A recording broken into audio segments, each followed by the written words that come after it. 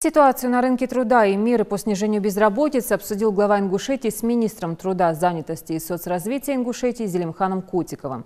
За последние 2 года отмечается положительная динамика, связанная с относительным снижением уровня регистрируемой безработицы и сокращением численности зарегистрированных безработных граждан. Глава Ингушетии отметил, что, несмотря на принятые меры, работа по сокращению уровня безработицы ведется недостаточно активно. Необходимо максимально трудоустроить представителей молодежи. Янузбек Евкуров также передал министру зеленую папку с проблемными вопросами, поступившими в программу «Диалог с народом».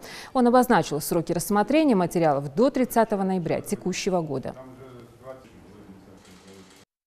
Отсюда уровень общей безработицы составляет 26,9% по отношению к численности экономически активного населения. Значит, численность, по данным Стата, у нас численность активного населения 253 900 человек.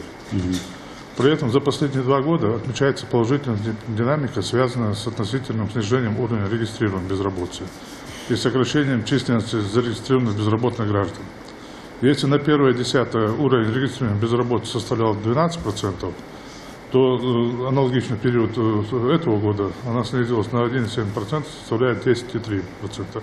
Но это еще не последние данные, потому что Стат управления там в следующем квартале только покажет точную цифру. Но безработица идет на снижение.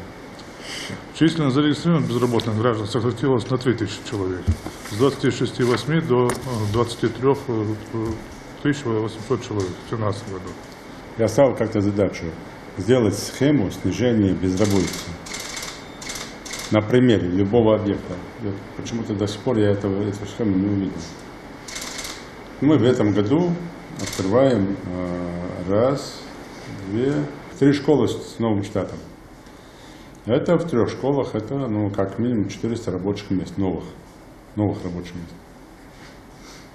Вот у меня вопрос такой. Почему эту цепочку не положишь, не покажешь людям? Что значит снижение безработицы? Назвали там 1000, не нарисуйте людям для того, чтобы показать на слайдах, картинках показать. До 10 ноября лишь на телевидении со своими помощниками, заместителями идите на телевидение и там постарайтесь красиво рассказать, что такое снижение безработицы, как оно у нас происходит. Это одна тема. До 10 числа. Разберитесь здесь, делайте анализ. Не может быть такого, что 455. У нас вакансий там по всем секретарям как минимум 1500–2000. Вы должны заставить, чтобы эти вакансии вы выкладывали. Мне вот такие цифры, они, конечно, не совсем нравятся. И 30 числа я постараюсь сам быть на вакансии. И там уже как раз вы должны были бы организовывать вакансии после каждого раза, после каждой вакансии, разбор делать и изучать, в чем причина. Почему люди не идут на работу. И показывать по телевизору. Одно дело, когда человек стоит, я, говорит, за 10 000 не хочу работать, но у него работы нет. Значит, он ни в чем не нуждается, если он не хочет за 10 000 идти работать. Да, понятно, небольшая зарплата, но у тебя же нет работы, нет. Но стаж, работу, приобрети хоть что-то, пока вот это есть. Работу проведите здесь, посмотрите.